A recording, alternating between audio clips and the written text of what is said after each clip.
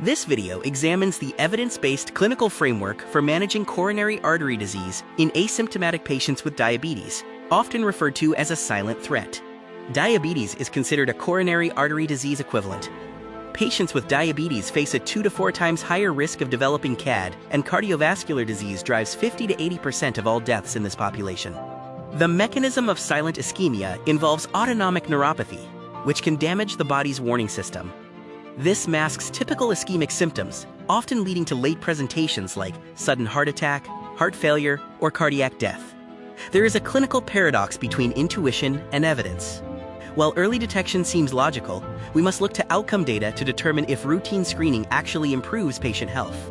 Major clinical trials, including DIAD, DYNAMIT, and Factor 64, consistently reveal that while screening can detect silent ischemia or CAD, it does not lead to a reduction in mortality or major cardiac events.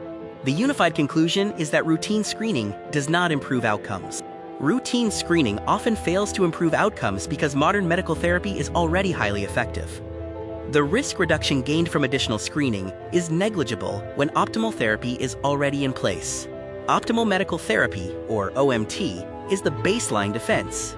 Regardless of screening status, diabetic patients require comprehensive management, including blood pressure and glycemic control, statins, smoking cessation, and appropriate use of medications like SGLT2 inhibitors or GLP-1RAs.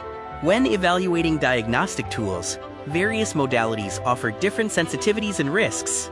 From non-invasive options like resting ECG and treadmill tests, to imaging techniques like CCTA and nuclear medicine, each has specific clinical uses and limitations.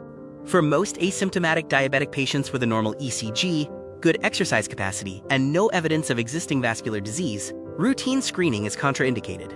Exceptions for considering screening exist for high-risk patients. These include those with long-standing diabetes, peripheral artery disease, abnormal ECGs, significant systemic markers like chronic kidney disease, or a strong family history of premature CAD. Global guidelines from the ADA, ESC, and ACC/AHA show a consensus. Avoid routine screening for asymptomatic diabetics. Instead, prioritize aggressive risk factor management and use imaging selectively only when it will change clinical management.